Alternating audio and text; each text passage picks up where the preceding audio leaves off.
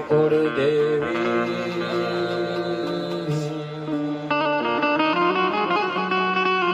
મારી કરણી કરો ને સહાય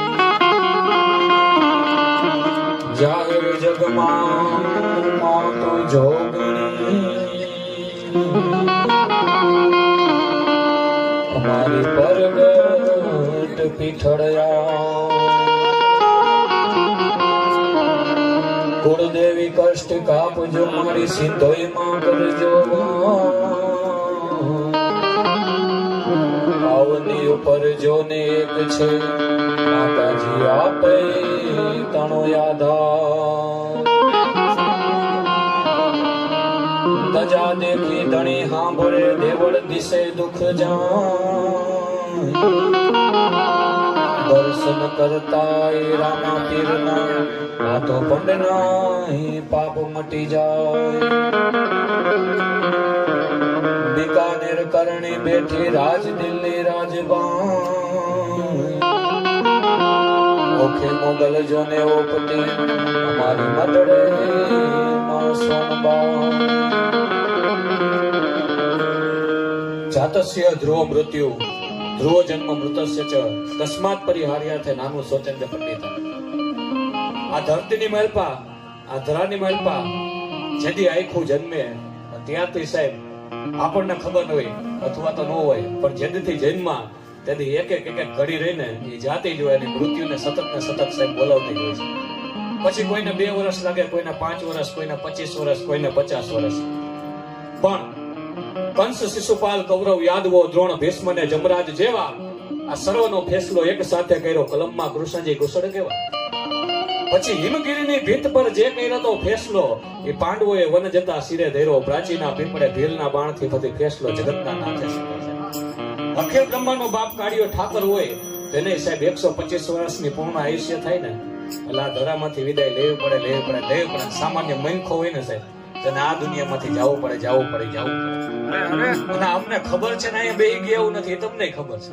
હે પણ ખરેખર માતૃ તત્વ હોય કીધું ને અમારા કવિ કાક બાપુ તો ક્યાં લગી ગયા બાપ કે મોઢે બોલું માં ત્યાં તો મને હાચે નાનપ સાંભળે પછી આ મોટો થવાની મજા એ તો મને કડવી લાગે કાગડા બાબે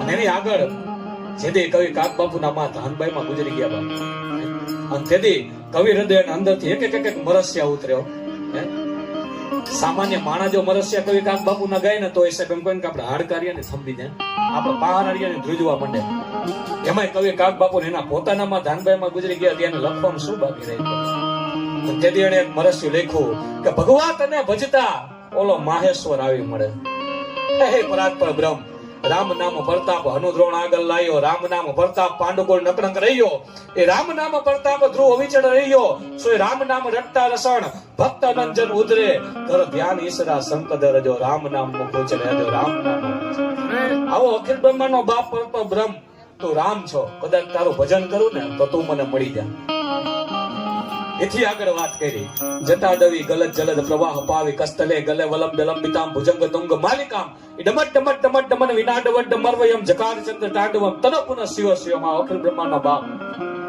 જેના હાથમાં સાહેબ જન્મ અને મૃત્યુ છે એવો ભોળિયો નાથ કદાચ હે ભગવાન હે શિવ તારું તપ કરું ને તો તું મને મળી જા પણ ભગવાન તને ભજતા ઓલો માહેશ્વર આવી મળે પણ એક જ ન મળે મોરી માં હો તો કરોડો ઉપાય કાગડા કદાચ ગમે એટલા તપ કરું કે ગમે એટલા જાપ કરું ને તો મારી માં ધાનબાઈ નો તુકારો ગયો નહીં ગયો કદાચ ગમે એટલા તપ કરું તો મારી માં નો તુકારો મને ન મળે કદાચ ભગવાન મળી જાય પણ મારી માં નો તુકારો મને ન મળે છે એવું માત્ર તત્વ એટલે કે સ્વર્ગવાસી કંકુબેન જોગાભાઈ બાળુંદ્રા જેઓની ઉત્તર ક્રિયાની નિમિત્તે જે આ સંતવાણી આજે છે અને ખરેખર જે આ અમારાથી મોટી ઉંમરના છે જે હાચવે છે ને બહુ ઓછું જોવા મળે છે અત્યારે ખાસ કરીને હાચવજો પ્રાચીન સંતવાણી અત્યારે બહુ ઓછી થાય છે બધે લોક ડાયરા આવી ગયા અને સાહેબ શું એની તાકાત છે સંતવાણી કેને કહેવાય શ્રીમદ ભગવદ ગીતાની મહેરપા કાળિયો ઠાકર એમ કહેતો હોય કે અનપેક્ષ સુચિર દક્ષ ઉદાસીનો ગતવ્યથ સર્વારંભ પરિત્યાગી યમદ ભક્ત સમે પ્રિય સામાન્ય માણસને સમજાય નહીં ભજનની શું તાકાત છે એની વાત કરું પણ સાહેબ આનો અર્થ એમ થાય કે જે વ્યક્તિ સુખમાં દુઃખમાં તડકામાં છાયામાં હાનિમાં લાભમાં સ્થિર છે ને ભગવાન કે મને પ્રિય છે. તો આવા વેદ ઉપનિષદની મારી તો ઘણી વસ્તુ હતી, તો સામાન્ય માણસને કોણ સમજાવે? ત્યારે સાહેબ 16મા ને 17મા સૈકામાં ભજનાનંદીઓ થઈ ગયા. પછી મીરાબાઈ હોય, નરસિંહ મહેતા હોય, તુકારામ સાહેબ હોય, કેવી વાણીઓ લખી ગયા. જે ગુઢાર થતો, જે માણસને સમજાતો નહોતો કે જે માણસ હાનિમાં લાભમાં દુઃખમાં સુખમાં એકદમ સ્થિર છે, મને પ્રિય છે, આને ખાલી નાનકડી વાતમાં ગંગા સતીએ કહી દીધું કે મેરું તો ડગે પણ જેના મંડળા નો ડગે. સાહેબ આવડો જે ગુડાર થતો ને ખાલી આવડા ભજનની માલપા કહી દીધો, એ ભજનના હિસાબે ખરેખર. અને ભજનની શું તાકાત છે સાહેબ? મારીથી મોટી ઉંમરના લોકો બેઠા છે, પિસ્તોલનો કારતૂસ હોય એને તમે હાથમાં લઈ અને સામે વાળાને મારો તો કેટલો લાગે? હાવ કાકરી જેવો લાગે. પણ આ જ પિસ્તોલને, આજ એમ કહે કારતૂસને પિસ્તોલમાં ભરી દો અને પછી સાહેબ ભડાકો કરવામાં આવે તો સામે વાળાના કાળજ આવી દીધા. એમ ભજન રહ્યું ને સાહેબ, જે તે વખતે લખાઈ ગયું હોય તેમાંથી લખાય, વાંચી અને ગાવ, પણ એના કરતા સાહેબ જે જિંદગીમાં અનુભવ્યું હોય, જીવનમાં ઉતાર્યું હોય અને પછી ગા થાય ત્યારે સામે વાળાના કાળજા વીંધી નાખે. સાહેબ એવી સંતોની અમર વાણી છે. અને એક એક વાણી પાછળ તમે સાહેબ કઈક રહસ્ય વર્યું છે. બહુ જૂનું ભજન આપણને ખબર છે, કઠણ ચોટ છે કાળની મરણ મોટેરો માં, કઈક રાણા ને કઈક રાજ્ય મેલી હાયલા સમસાન. દાસ ધીરો ભગત પોતાનો પૈડનો દીકરો સાહેબ, એ જે એમ કહેવાય કે કોઈ ગામ હાટું કોઈ કામ હાટું બહાર જાય અને 15-20 વર્ષે જે એમ કહે કામ ભમંગ ઝાલર ભામીની પ્રેમાળ કાને જ્યાં પડી ઉરનેન હૈયા અનુસંગી એ થનક થનક થનથની મહારાજ બેઠા મેર હેઠા. અને આમ સંધ્યા આવતી ને આવી ઢળતી સાંજે સુધી સાહેબ એમ કહે ગામની મહેલપા દાખલ થાય અને હામી નનામી મળ્યો. ઓહો, કોણે વિદાય લીધી? અમારા ગામની મહેલપા ધીરા ભગત હતા, એ ગયા સમયથી ગામની બહાર ગયા છે. ત્યારે એનો એક ને એક દીકરો રહ્યો ને એને સ્વર્ગવાસ કર્યો. સાહેબ એમ કહે કે ત્યાંથી લાગી જાય, લાગી સબ કરે, લાગી નહીં તલવાર, લાગી ભરતરીને એને સાહેબ મેકી દીધા ગરબારે.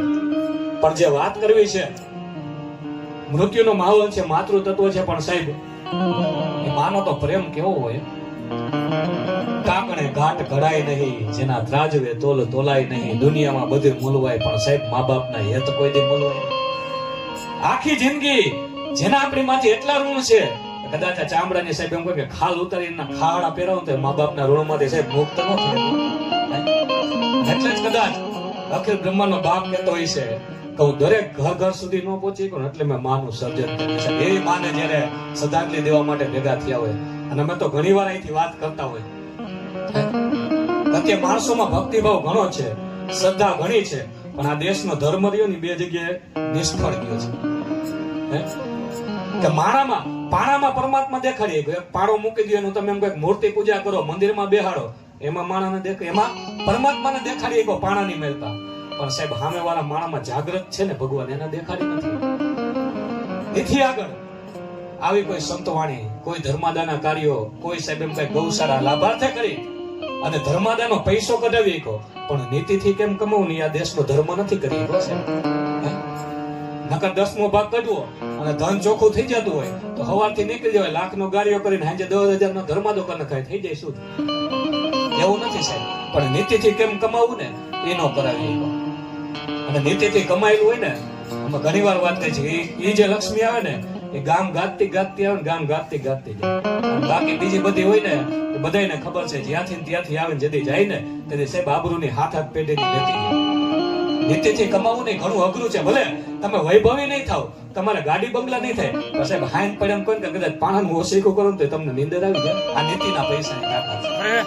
એટલા માટે વાત કરે છે ઘરે વાર વિમલભાઈ અમારા પરમસ્નેહી મિત્ર છે ને વાત કરતા હોય કે બાળોદરા પરિવારના કુળદેવી માં ચામુંડમાં છે. ચામુંડમાં ત્યારે સાહેબ જયના ફળાની સામે જાઓ, જ્યારે મઢની મહેલ પર જાવ ને તો બે હાથ જોડીને એટલી વિનંતી કરી કે હે માં, હે મારી માં કુળદેવી, કદાચ મારા ભાઈની મહેલ પર ગાડી બંગલા ને મોટર હોય ને તો મને આપજે. એથી આગળ કેવું હે માં, કદાચ અમારા વાઈકની મહેલ પર ખેતર વાડિયું હોય ને તો અમને આપજે. અરે સાહેબ એથી આગળ કહી દેવું કે હે માં, હે ચોટીલા વાળી, કદાચ અમારા ભાગની મહેલપા સંતાન પ્રાપ્તિનું સુખ હોય તો આપજે, પણ હે માં અમારી આબરૂને હાચવી લેજે. સાહેબ આ છે તો બધું છે, બાકી બધું દૂર છે. ગમે એટલા પૈસા હોય, ગમે એટલા ગાડીઓ બંગલા હોય, પણ સાહેબ આબરૂ ન હોય બધું નકામું. અને એટલે અમારા કવિ કે કે ધર્મ કીએ ધન વધે, ધન વધતા મન વધી જાત, મન વધે એના માન વધે, અને સાહેબ બધું વધત વધત વધ જાત. એવી જ રીતના ધર્મ ઘટે એના મન ઘટે, મન ઘટે એના માન ઘટે, અને સાહેબ આ બધું ઘટત ઘટ જાત. ત્યારે એવા માતો તત્વોને શ્રદ્ધાંજલિ આપે છે. એક નાનકડી વાત આગળ કરવી છે, પણ એ પેલા મોક્ષનો દેવ એટલે કે દાદો શિવ, દાદા શિવને યાદ કરીએ અને પછી મારે આગળ એક નાનકડી વાત કરીએ. અને હજી પણ તમારા સમાજનું ગૌરવ અને સાહેબ વડીલ મુરબ્બી એવા રવજીભાઈ બાંદ્રાને અને જે ગામના લોકો છે તેમને પણ સાંભળવા છે. ત્યારે દાદા શિવને પ્રાર્થના કરી કે હે દાદા, જે મારા માનો જીવ છે ને તારા ચરણોની મહેલ પર વાસ આપ અને કૈલાસ વાસ આપ. ત્યારે